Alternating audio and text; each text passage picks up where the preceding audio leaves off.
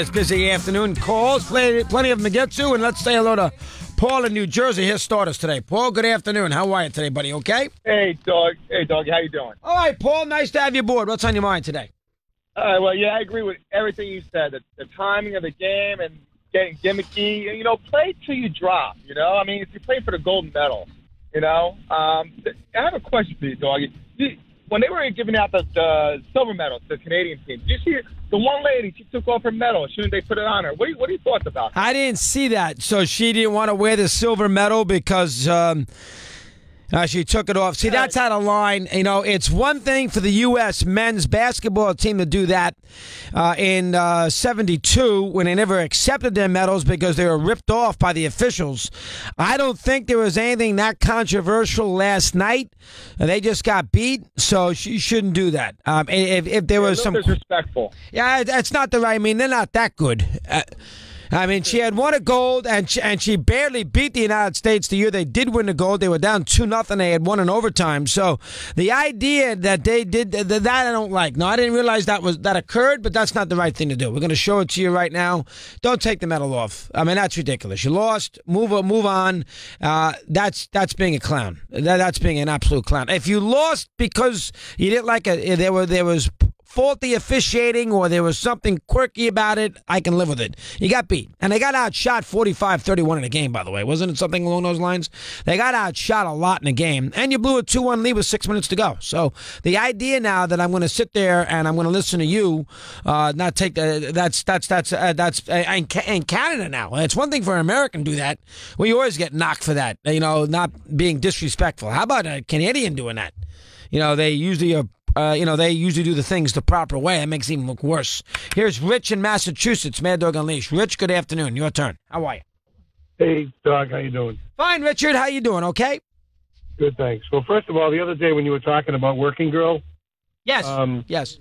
Joe Cusack was phenomenal in that. Oh, she was great in the movie. I'm not sure, but I think she won an Oscar. I think she did. I think she did win a supporting Oscar for supporting actress. And the two scenes, besides the one you talked about, that I thought were great were the one at the wedding, because if you really think about it, you could actually do exactly what they did at almost any wedding.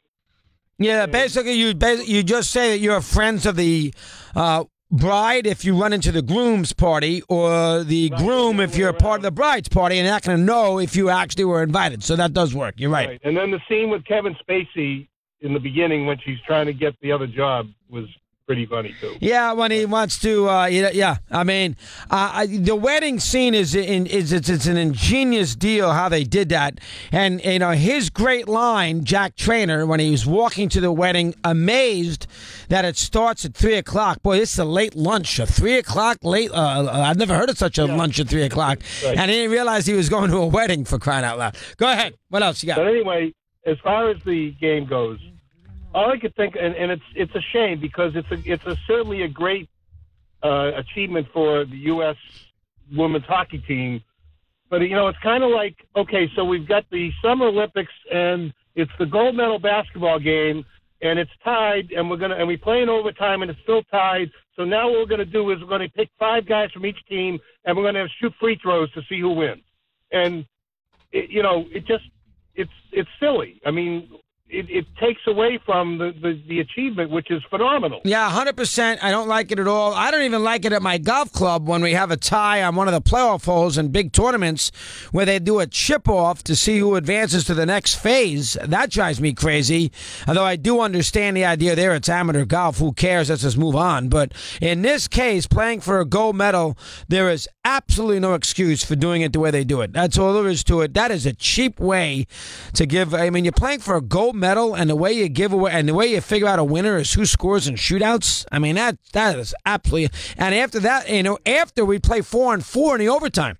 So that drives you crazy. 100% everything you said. Jared in Minneapolis, good call from Rich. Jared, welcome. How are you today? What do you have? I'm doing good, Chris. Great to meet you a few weeks ago. How are you? All right, Jared. Doing well. Thanks. Good to have you aboard. What's on your mind now? Hey, I want to make 2 points about the Olympics, if I could. The first is kind of a general one. The second's about Lindsey Vonn. First, I agree with everything you've been ranting about the last couple weeks in terms of the Olympics. However, one thing I want to say in defense of the Winter Games, I just hope in a couple years you're as hard on the Summer Games, too, because from an early age, the first Olympics I remember is 92, Barcelona, Dream Team. And I think as Americans, we're conditioned to look at the Winter Games as almost an ugly stepchild. But as I've gotten older, at least, I'll say this for them, at least they're real sports. I would rather watch skiing and all the downhill stuff, the snowboarding, the cross country. Those are sports. The Summer Games, they're just exercises, aren't they? Running and jumping and swimming. I can't get into that stuff. So I hope in a couple of years you bash them too. Well, Jared, listen, at least it's open to all the Summer Olympics. You don't need to have $1 billion in the bank. You don't have to build a luge in Ridgefield, Connecticut to have your kid practice the luge run. So at least in the Summer Olympics, it's a little bit more democratic as far as it's not as money oriented. Obviously, swimming costs money, but to be a big time swimmer, you got to join clubs and everything else. But, anybody can run on a track. So, I don't have and it's more, obviously a lot more countries, more inclusive, everything else. The events in the Winter Olympics are so bizarre sometimes that you wonder where these people learned how to do these kinds of things. Curling is a perfect example. You wonder where they learned how to do it. Here's Kevin in Spokane, Washington. He's with us here on Mad Dog Unleashed. Kev, good afternoon. How are you today? What do you have for me? Good. How you doing, Mad Dog? All right, there, Kevin. Nice to have you with us. What's on your mind? I got to give you a little bit different perspective. I played lots of sports. I love watching sports. I'm not a regular watcher of hockey, and so I can understand the traditionalists not liking the shootout at the end. But as somebody who doesn't normally watch hockey, that actually draws me in. It's exciting. The move that gal made on the sixth shot was unfreaking believable. It got me into it. I don't usually watch women's sports, and I actually was into that game. Well, again, I don't have any problem if it's a regular season event where if it's a game that is, not a knockout game, I don't have any problem with doing a shootout. The NHL does it regular season. Obviously, they do it in the preliminary rounds of the Olympics, women and men. You want to sit there and do a shootout after a quick overtime, for brevity purposes, I can live with it. But once you get into postseason play in hockey in the NHL, and once you get into knockout rounds in the Olympic tournaments, female and male, I do not want any team knocked out because of a shootout. I do not want that. That I don't want from any. Just don't want to do it. You finish the game out properly. Here's Hayden. He, the owner and operator of one of the great podcasts in this country, and he says hello on Mad Dog Unleashed. How's that, Hayden? Okay. I got to find the guests first, Chris. So it's going to be a little tough to get. Well, you're one of the great podcast guys in the world. I'm sure Steve Torrey will do a spot with you. You'll be in good shape. Thank you for the offer there. But I have to say this, Chris. No one cared about the hockey last night. I was trying to watch at 11 o'clock. By midnight, 12:30, they were. There was no way I was waking up, staying up to 2 o'clock in the morning to watch women's hockey. There's no chance in heck. I agree, and that's why the time of the event, I don't understand it. They're trying to get a little publicity. They can play that either early in the morning, 7, 8 o'clock. Now I know that's not conducive either, but at least you can maybe fiddle around and follow it, or you can do it earlier in the day. They do everything else at 10 a.m. with all the skiing and everything else. Why can't you play the hockey game at 10 o'clock in the morning? I don't understand why they couldn't do that. It's even dumber when you knew going into the tournament that the two teams in the gold medal game were going to be U.S. and Canada, and you didn't put the game into their time zone. It makes absolutely no sense. That's another good point. That's a very good point. Very good point. You're right. The time zone is just not conducive to the two teams who are going to be playing in the final. And I tell you, Hayden, you saw it too. I was shocked. There was nobody in that building. It was unbelievably empty. I was really surprised by that. I really was. It looked like what the Garden's going to look like next Wednesday, a friends and family event when Maryland's playing Wisconsin at 4 o'clock on Wednesday afternoon at the Garden next week. It'll be a friends and family event. But I want to switch real quickly to this. I don't understand where all the social justice warriors in the NBA went in the last 48 hours. What Donald Sterling did, as terrible as his private thoughts were in his own home were, what the reports are from the Sports Illustrated thing are far, far worse. And for Adam Silver, who if he's not talking out of one side, is not talking out of the other. By the way, this is an owner, an NBA commissioner, who a few weeks ago had the audacity to essentially ask for 3% of the total take of the future sports gambling in order for the NBA to greenlight it. I mean, how can he justify one owner with a culture of women getting beaten coming to the office with black eyes, with an employee who got arrested at the office. They looked the other way. With a team president, who I'm sure you and I both know, everyone in the NBA circles knew about this for the last dozen years. And for them to spout out their mouths for the last 24 months about politics, I just find it, where's the commissioner? Now, there's a lot of truth to that. We'll get to that a little later on, but there is a lot of truth to that. We'll leave Silver out of it for the moment, but this is my take on it. I don't want to hear him anyway talk about it because I'm not going to listen to him. But his opportunity now to rant and rave about what's going on in Washington, Mark Cuban, that's over with. Now he's no longer, not in this corner of the little world. He's not allowed to do that.